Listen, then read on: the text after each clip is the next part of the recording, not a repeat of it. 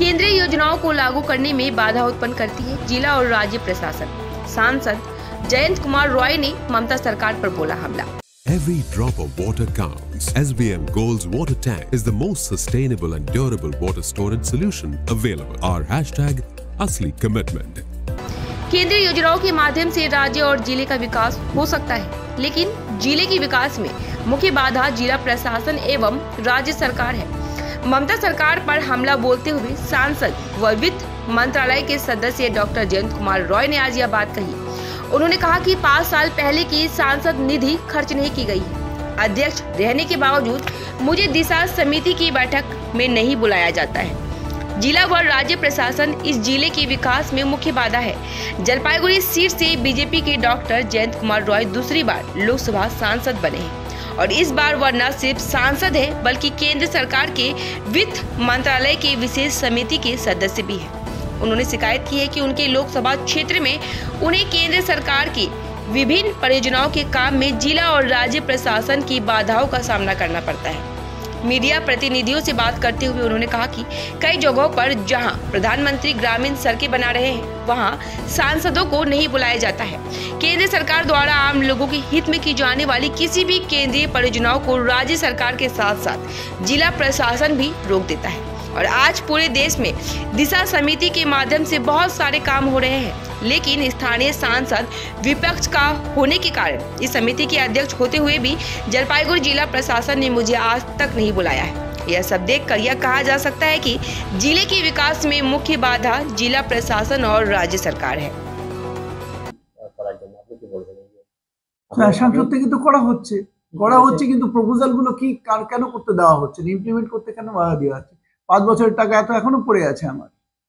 শুধু প্রজেক্টগুলোকে প্রপোজাল দেওয়া হয়েছে, কাজগুলো লেংদি করা হয়, না করা হয়, বন্ধ করা হয়, বিভিন্ন অজুহাতে সেগুলো করতে দেওয়া হয় না। কেন বলেন? আপনি আমার যে এমপি ল্যাট ফান্ড গত 5 বছরের এখনো টাকা এখন তো পুরোটা ইউজ করেনি কেন?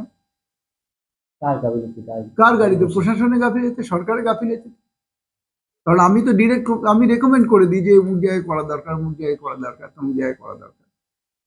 আজ প্রধানমন্ত্রী গ্রাম সড়ক যোজনা আমার কাছ থেকে লিখে নিয়ে গেল, সই করে নিয়ে গেল, সেগুলো কবে যাবে, কবে করবে, একবার যায় একবার আসে, সব বলে ভুলভাল কাগজ। আমি ওখানে PMGSY একদম হাইস্ট লেভেলের অফিসার, তাদের সাথে জয়েন্ট সেক্রেটারি লেভেলে কথা বলেছি।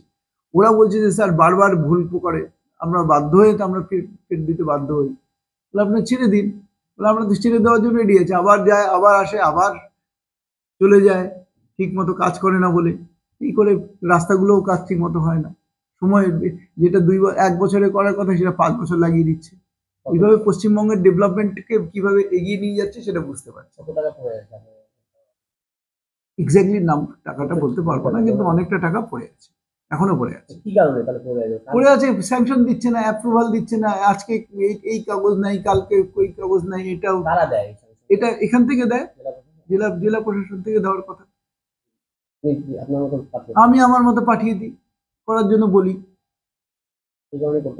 সেই জন্যই করা হয়নি এতদিন। এইবার একটু একটু করে ছাড়ছে, কারণ হচ্ছে এখন ইলেকশন হয়ে গেছে, সাংসদ তো জিতে গেছে, এখন তো আর কিছু করার নেই। এই জন্য এখন একটু একটু করে ছাড়ছে, আবার কয়েকদিন দেখবেন 26-এর আগে আবার বন্ধ হয়ে যাবে। এই হচ্ছে এদের নীতি। এবং ওখানে গিয়ে বলবে সাংসদ কোনো কাজ করে।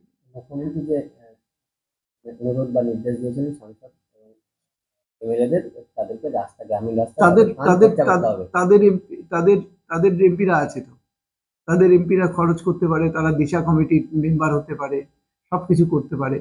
আমাদের তো কোনো অধিকার নেই, আমরা পশ্চিমবঙ্গের বাসিন্দা না। আমাদের মুখ্যমন্ত্রী না তো উনি কি আমাদের মুখ্যমন্ত্রী? আমাদের মুখ্যমন্ত্রী হলে তো আমাদের ক্ষেত্রেও একইভাবে কাজ করতে দিতেন, বরঞ্চ নির্দেশ দিতেন যে আমার মানুষগুলো আছে, এই সাংসদ কোটার টাকাগুলো যেন ঠিক মতো খরচ হয়। এটা উনি নিজেই নির্দেশ দিতে পারেন, কিন্তু সেটা দিবেন না উনি, কারণ ওনার ভয় তাহলে এদের ইমেজ বাড়বে, আর ইমেজ বাড়লেই তাহলে আমাদের পার্টির অস্তিত্ব ইয়ে হবে। আক্ষেপ কিসের আপনার? এটা এই যে রাস্তা উদ্বোধনে আপনার PMGSY এতগুলো রাস্তা হচ্ছে, প্রধানমন্ত্রী গ্রাম সড়ক যোজনা আমাকে ডাকার প্রয়োজন মনে করে? এখানে যে দিশা কমিটি আছে, দিশা কমিটি বারবার বলছি, রাজ্য পার্লামেন্টেও তুলে ধরছি আমি, দিশা কমিটির চেয়ারম্যান সাধারণত লোকাল এমপি হয়, সাধারণত না, এমপি লোকাল এমপি, সে সেখানকার চেয়ারম্যান হয়, পাশের ডিস্ট্রিক্টের কো চেয়ারম্যান। আমি এখানকার এবং কোচবিহার ডিস্ট্রিক্টের ভাইস চেয়ারম্যান ছিলাম, এখনও বোধহয় নামটা আছে। 2019 থেকে 24 পার হয়ে গেছে। একবারও ডেকেছে। তার মানে কি গণতান্ত্রিক অধিকার? এরা বলে না কেন্দ্র বৈষম্য করছে রাজ্যকে, এই রাজ্য যে বৈষম্য করছে সেটাকে দেখবে। নিজে ঠিক হয়ে আপনি আচরি ধর্ম পরের শিখাইও, তো এরা আপনি আচরি ওরা শিখিয়ে দিচ্ছে যেরকম করতে হয়। প্রধানমন্ত্রী আবাস যোজনা নিয়ে কি চলছে জানেন? যারা বিজেপির তাদেরকে এখন এই মুহূর্তে তাদেরকে বাড়ি না দিয়ে, যাদের বাড়ি আছে 2তলা 3তলা বাড়ি আছে, এবং এমনও খুব শুনছি যে যাদের বাড়ি আছে তাদের নামটা কেন এসছে, কে খবর দিল, এইবার তাকে ধমকানো হচ্ছে, এটাও আসছে। আবার কালকে গিয়ে এক জায়গায় শুনি যারা বৃদ্ধ ভাতা পাচ্ছিলেন তাদেরকে বৃদ্ধ ভাতা বন্ধ করে দেওয়া হয়েছে বিজেপি করার জন্য। এইটা হচ্ছে, এখানে মিশ্রণ চলছে। এখানে সরকার আছে তো বলে তো, গণতান্ত্রিক সরকার আছে বলে তো মনে হয় না। সুতরাং এরা এত জোর করে, ভোটেও তো জোর করেই যেতে, আপনারা সবাই জানেন, সব মোবাইল ইয়েতে সবাই টিভিতে সবাই দেখতেই পাই। Thank you.